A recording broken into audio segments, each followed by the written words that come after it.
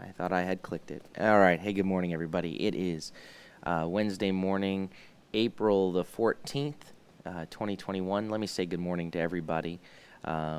It's a beautiful day out. Man, I cannot. There, I need to brighten it a little bit, son. So good morning to everybody. Good morning to my mom. Good morning, Mama. I love you. I hope you're doing beautiful, having a beautiful morning. Good morning to Kelly Kenfield, and again, we're continuing to pray for you, Kelly, and for your family, and pray that the Lord's grace and compassion will be upon your husband and family as he's lost his mother. Good morning to Ron and Amy, and to Pat and Lori. Good morning to Jerry and Janet, and we've got Dayspring. Good evening to Dayspring, and Jessica, and Steve. Shalom to you, Steve, and Ellen and Richard, and praying you guys are feeling well. My mom mentioned you guys had a fever, and I know you don't have COVID, but we're praying that you'll feel well soon. Good morning to Jim and Sarah and Nicole, and let's see. Good morning, you guys. And to John and Jan, and Sonia and Naum and Sarah. Good morning. And, I see. And John and Wendy and Emma and Sutton. And I see Ellen mentioned that you had just a reaction to your shot. So that's good. I got my first one in this arm. Got my first one, and no reaction yet other than I had a little bit of soreness. So second one is on the way eventually soon. And let's see. Good morning to... And I see here real quick, I see that Steve mentions that you hope we all watched The Chosen last night. I'll tell you, Antonio watched it, and he came in and tell us there was episodes 2 and 3. Typically, what we try to do is we save things we have on Sunday nights is like our family night where we watch stuff together and play games together. I mean, we do that at other times too, but it's sort of designated. So we're waiting to watch it then. So no spoilers yet for us, but we're excited about it. And the one spoiler is that they released episodes 2 and 3, which was pretty cool. Good morning to Pastor and Sister Martinez, and good morning to Kathleen, and to the Eddies, to Lauren and Levi and Valor and Haven and Everett, and to Carol. Good morning to you guys as well. All right. I think, let me double check. Did I miss anybody? All right. All right. So we are in James. We're now in James chapter 4. Now, when we open James chapter 4, the first 12 verses are one full section, but we're going to divide this part into 2 days.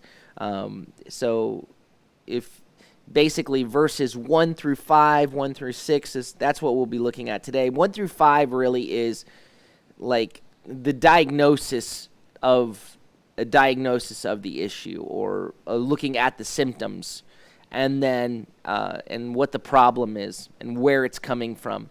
And verse 6 says, begins to point us, verse 6 and then from 7 begins to point us toward the prescription, toward what we're supposed to do. The diagnosis is followed by, here's what you do. I mean, there's a kind of a word of hope, but God gives greater grace.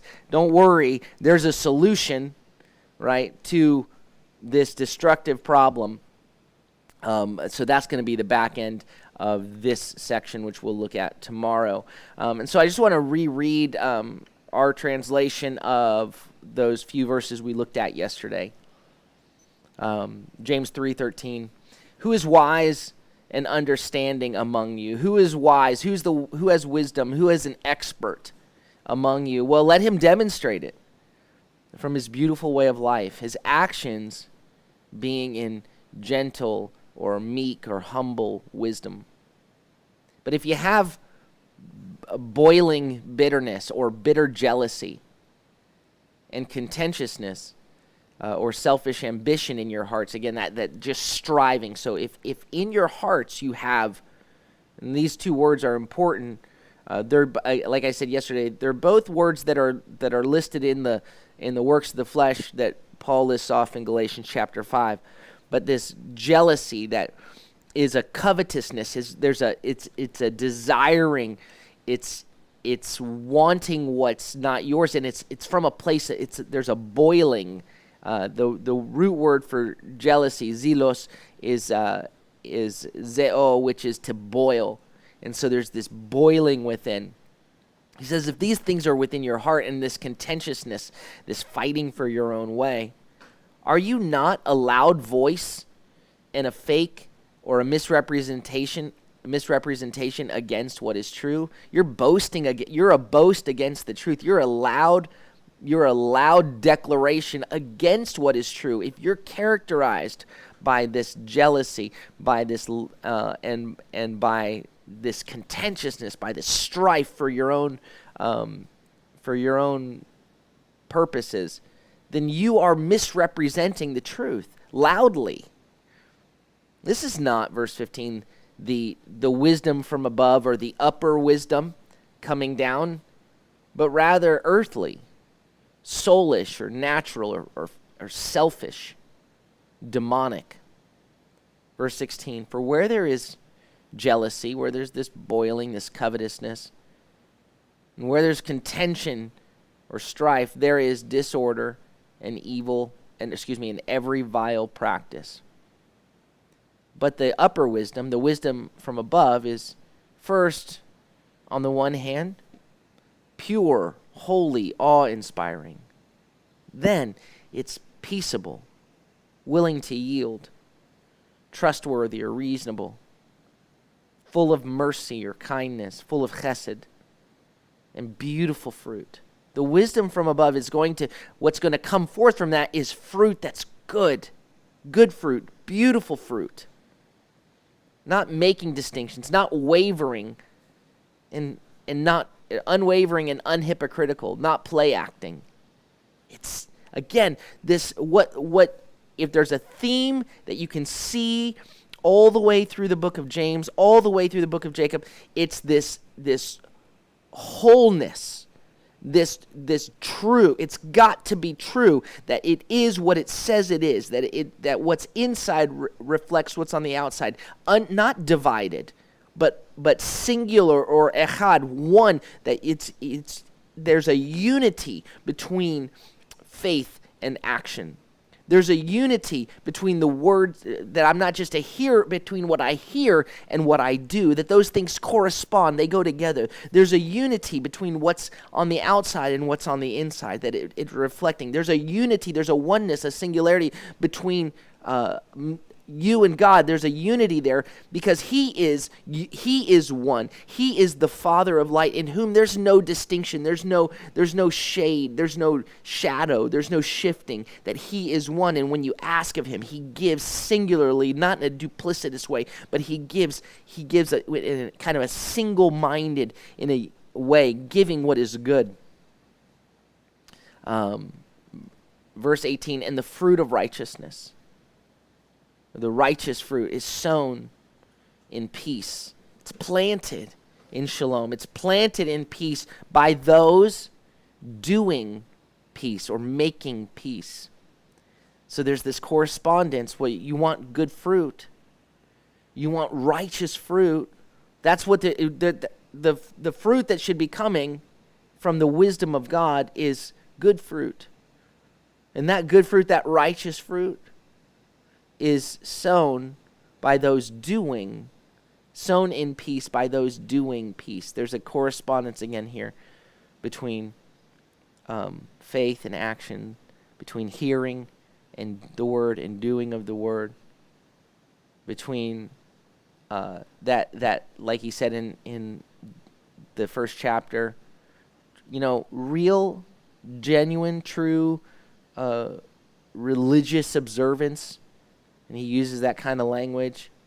I mean, the real thing, It's not just this outer stuff. It's like he goes, if you can't bridle your tongue, then all of your going through the motions, all of your, it's empty. And it's not just about your tongue, it's about what you do. The pure religion is, don't be polluted by the world, but is also is in what you do. Take care of the weak, take care of the orphans and the widows. That's the pure religion in the eyes of God. That's what real observance is, and we need to be stooping to look into the heart of the Torah, the instruction that brings freedom.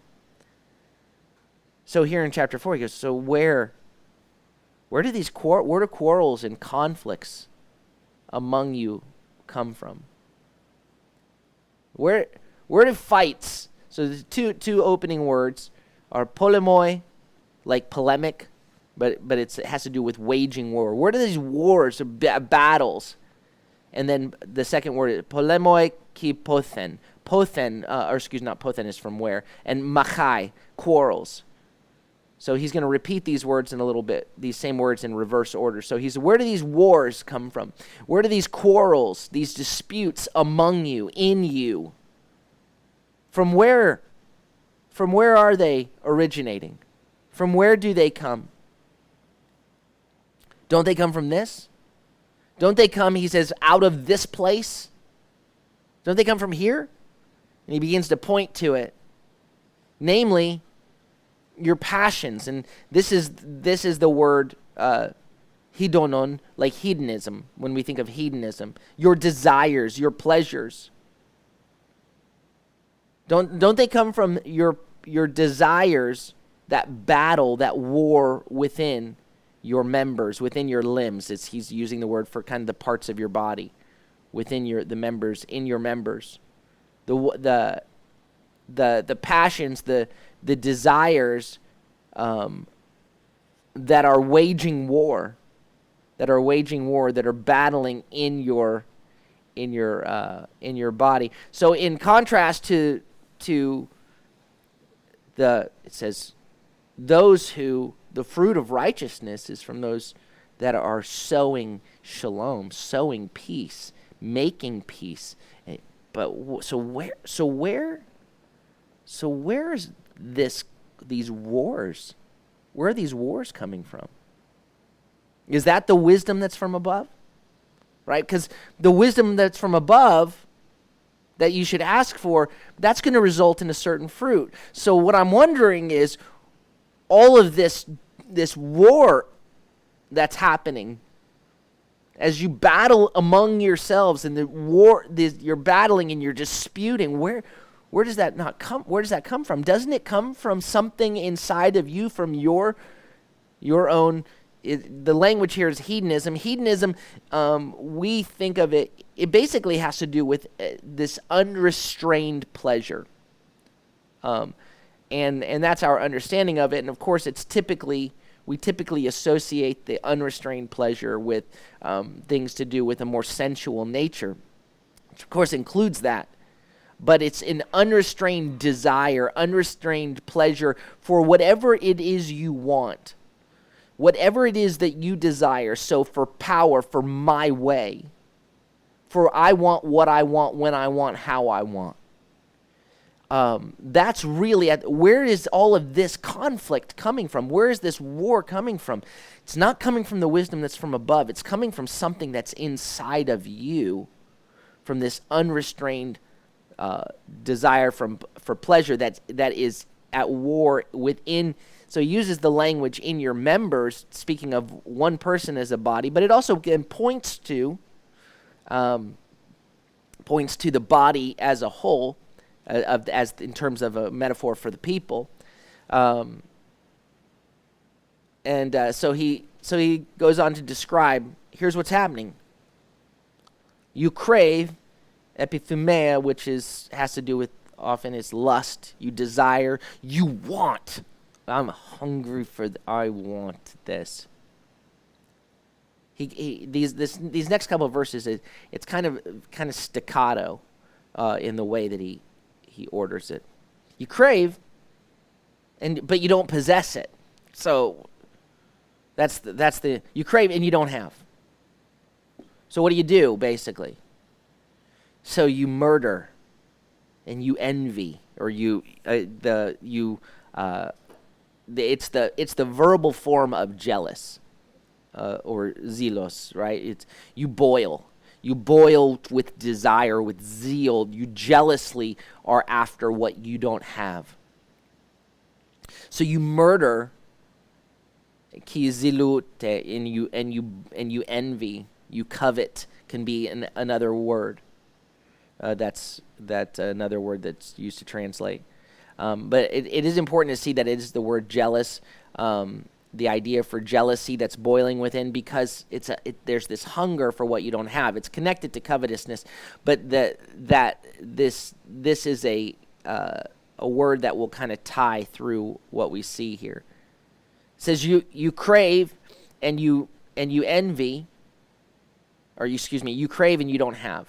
You murder and you're envy, yet you cannot attain it. You don't have he says, and you don't have the power, the ability to obtain it, to get it. So you envy it, you kill it to get it, and you can't get it.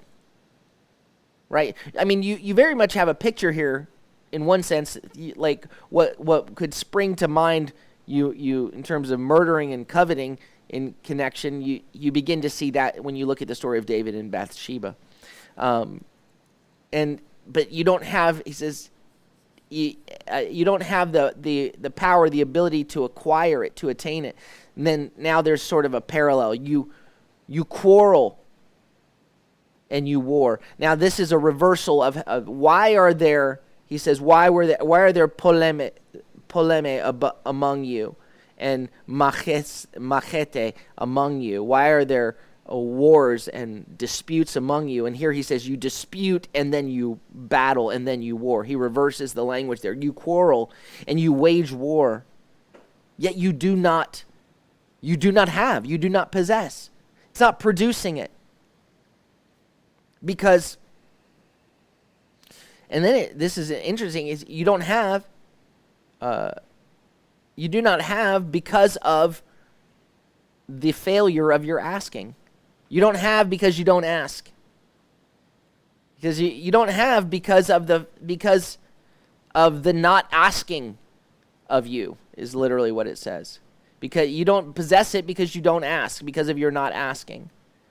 So there's this internal war of covetousness, frustrated desires,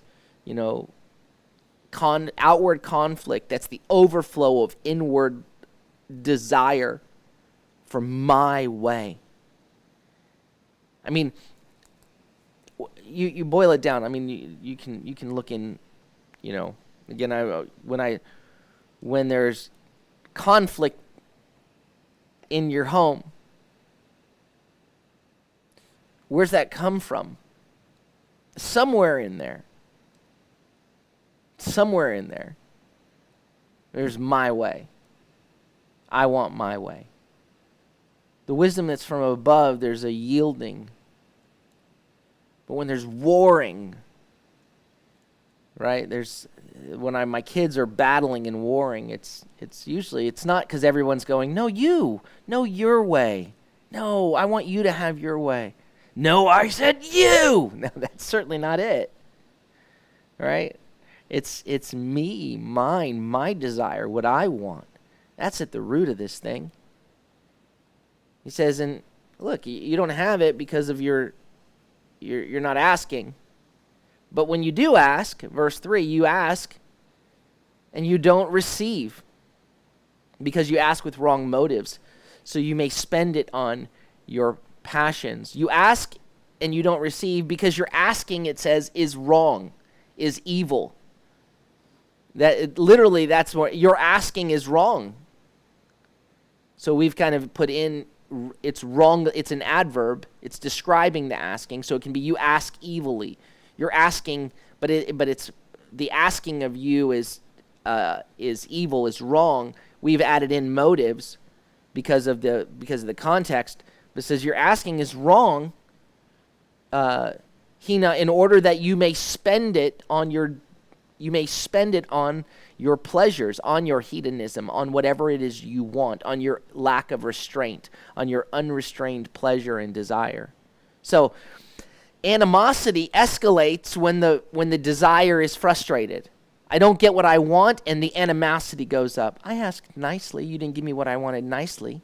So now I'm going to war and fight over it. I'm going to demand it. You desire, you do not have, so you murder and envy.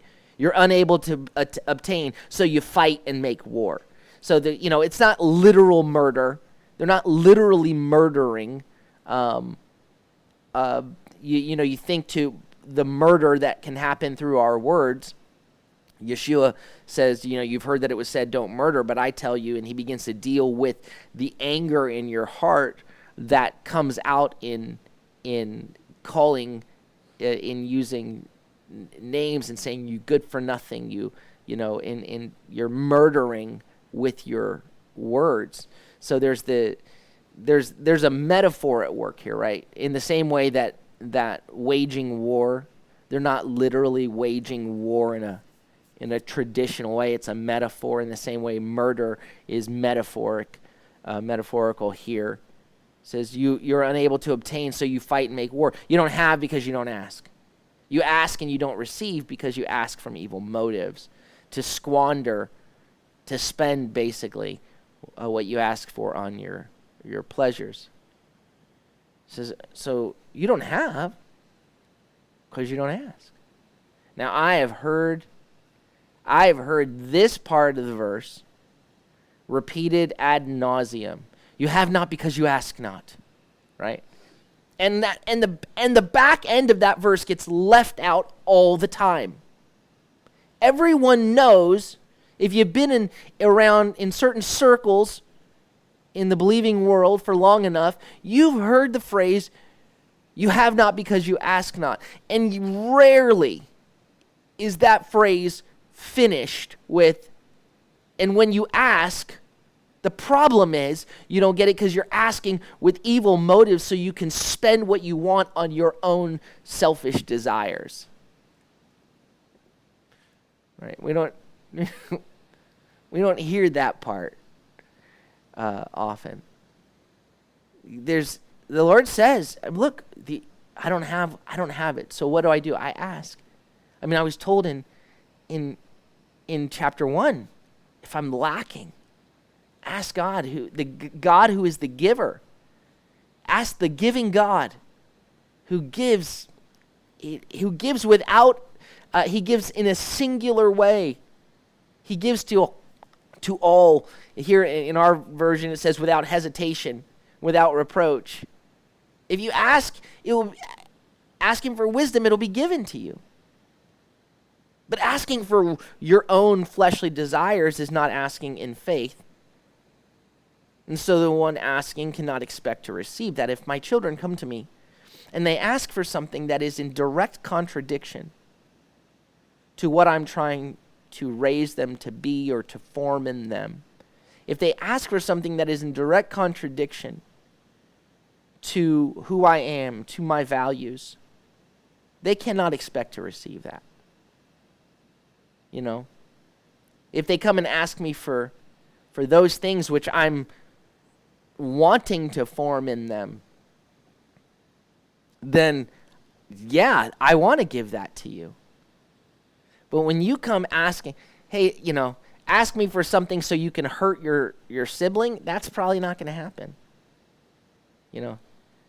Hey, I mean, I can't even think of an example right now, but you understand what I'm saying? When I ask for something, so selfishness, my way being an expression of sin, grasping for my way, which stands in direct contradiction to the character of God, who is the giver, who pours out. He doesn't grasp and snatch, but he gives. That selfishness, when I ask in selfishness, God's not going to enable that. Right? That's not what he's looking to build in me. When we're asking for things that are when we're asking for something that is in not in unity with God, but in direct contradiction to his character, there's a tearing. There's a dividing. This is not okay. The evil here has to do with their motives. They think that they can manipulate the gift-giving God. Well, you can't. You don't have because you don't ask, but the thing is, when you ask evilly, as though God's some kind of vending machine that he's going to give you what you want for self-gratification. So now comes the rebuke, where the rebuke comes to a head. You adulteresses, don't you know that friendship with the world is enmity or hostility with God? Therefore, whoever wishes, the word for wishes there has to do with your will, your desire. You wish to be a friend of the world makes himself an enemy of God, a hostile to God. So the opening word is you adulteresses, and it does use the feminine word for someone who's committing adultery, and it goes back to this picture that we would see throughout the Hebrew scriptures and the words of the prophets that liken the people of God to being in covenant with God, and so it's likened to a marriage, and so as you're violating the covenant. It's adultery. So the covetousness is viewed as idolatry, and idolatry is a breaking of the covenant. It's an infidelity. You're in your selfish, feed my flesh prayer. Give me what I want for myself prayer. That you're asking God to enable your adultery. Like that's what it's like, Lord, can you give me what I need? Can you continue to enable me to be unfaithful to you?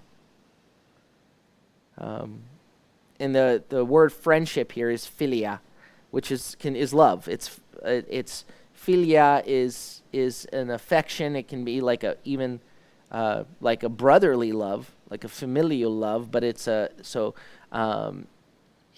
can mean affectionate regard.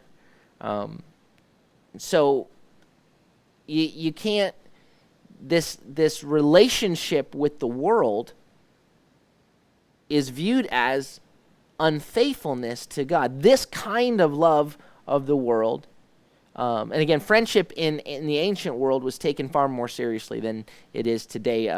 It was seen as like a lifelong pact between people who shared values and loyalties. So when you identify with the world, and the picture of the world here, it's not the physical world, the physical universe per se, and it's not about being in friendship with those that are created in God's image that are not walking with him. It doesn't mean you can't be friends with them. That's not what he's speaking to. But see what's happening. See, this is where people like to get all twisty about this, and they miss the heart of it. This is about the hungers in my heart. This is about the desires in my heart. That what's cropping up in the body is this hostility and this fighting, everyone fighting for their own way, which is the value of the world. It's the kingdom of this world, is to take, is to grasp, is to get my way. Whenever I do that, that's not the wisdom that's from above, right? What did he say in the previous chapter? That's earthly. That's selfish. It's demonic.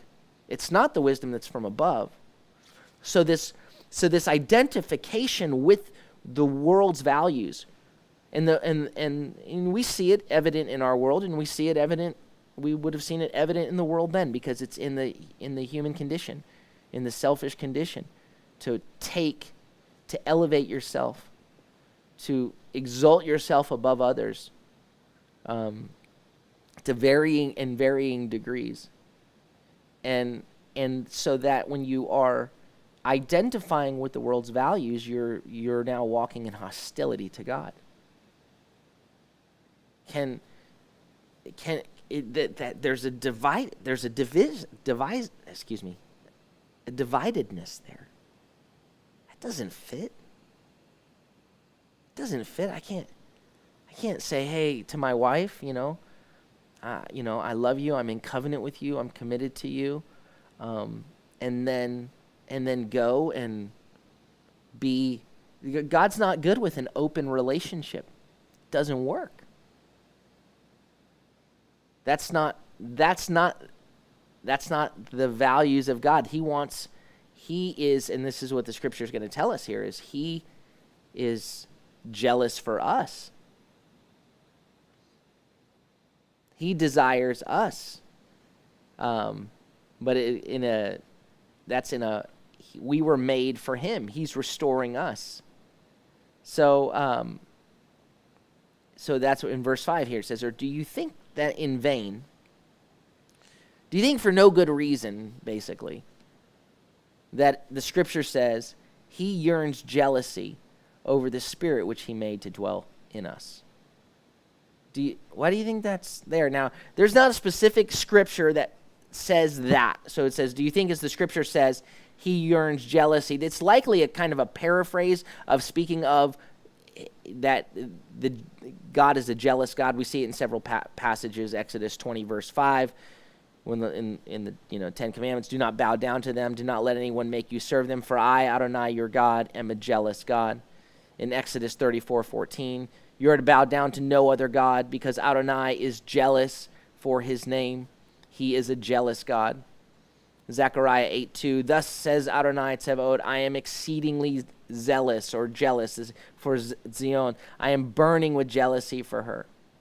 And then while there are people that will reject the idea of God as jealous, there's this picture that we see. There's this longing that he has for his people that he made in his likeness.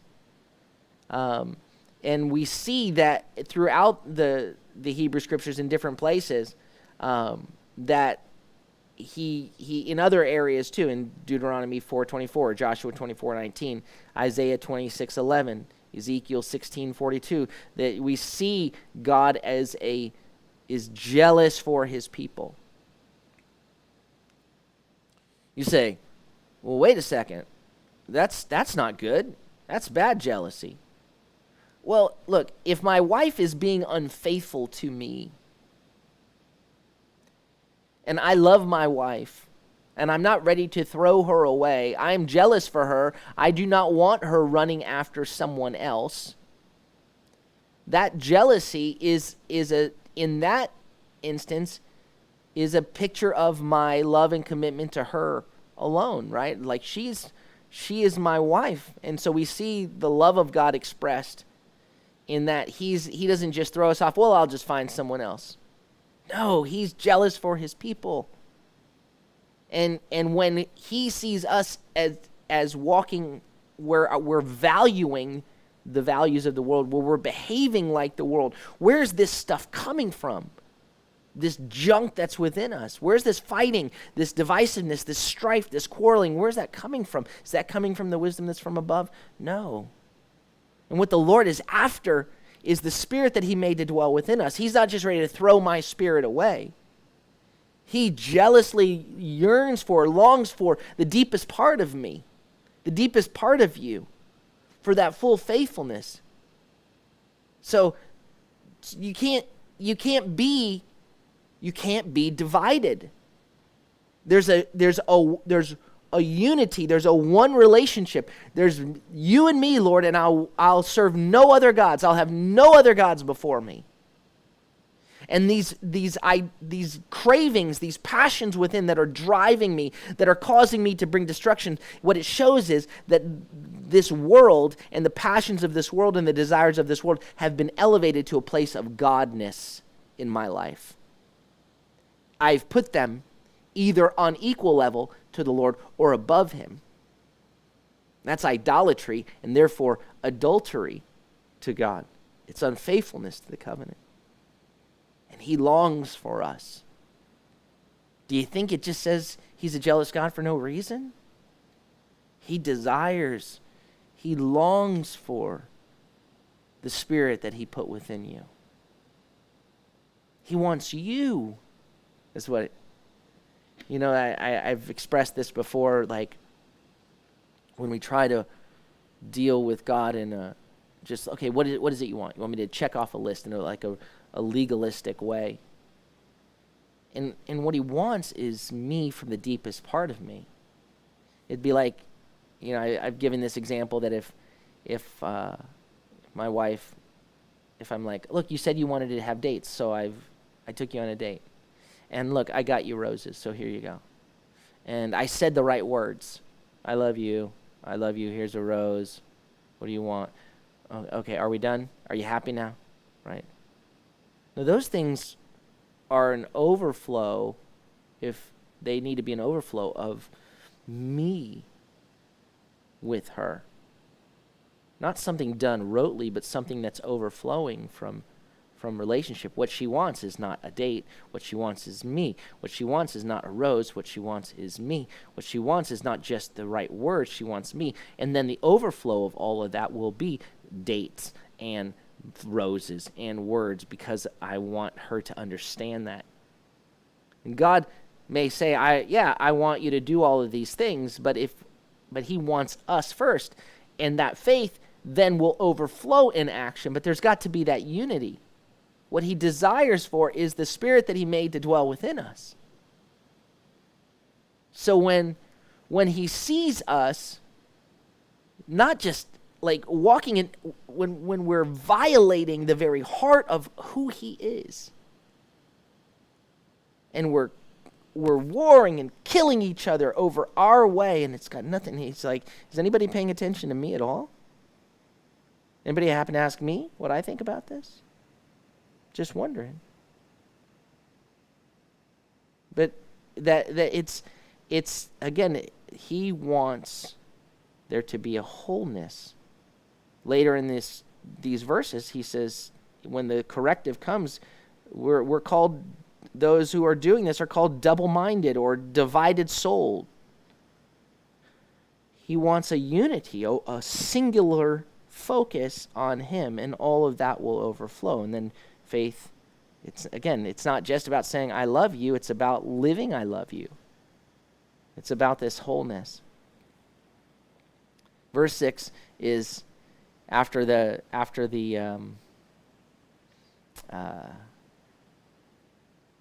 diagnosis, pointing out that there's a problem. Verse 6 is the opening, the word of hope. But it opens with the word greater. But he gives greater grace. Or greater is the favor, but greater is the favor he gives, the grace that he gives, the power that he gives.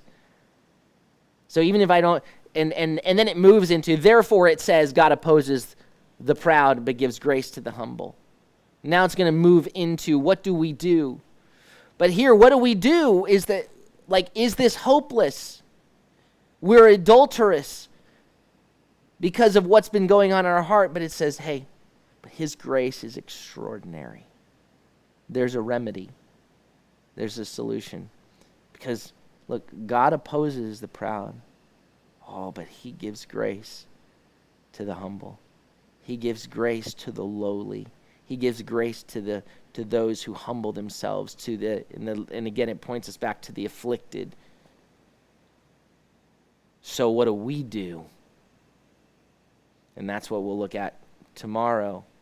But again, it's about that heart issue. Well, let me, I could stay in this passage for a really long time, so I'm just going to stop for today and say hello. I think we've made the point. Let me say hello again to Lori and to Sonia Valenzuela and Margarita. Good morning to you guys. And let's see. Scrolling. And Rachel, good morning to Rachel. Or good afternoon. I guess in Ohio it's afternoon. And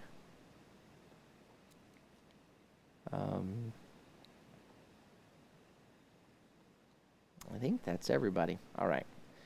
So, no spoilers about The Chosen, but if you haven't watched it and you have time, it's available. I think now, is it still on YouTube even today, or you have to go to the Chosen app to watch it? The stream is still on YouTube, but these are the last episodes that are. Okay. Everything else will be on the Chosen app after this. Okay. All right. So, make sure you get a chance to watch it. May the Lord bless you and keep you. May the Lord make his face to shine upon you and be gracious unto you. May the Lord lift up his countenance upon you and give you peace. Shalom, shalom. Have a beautiful day.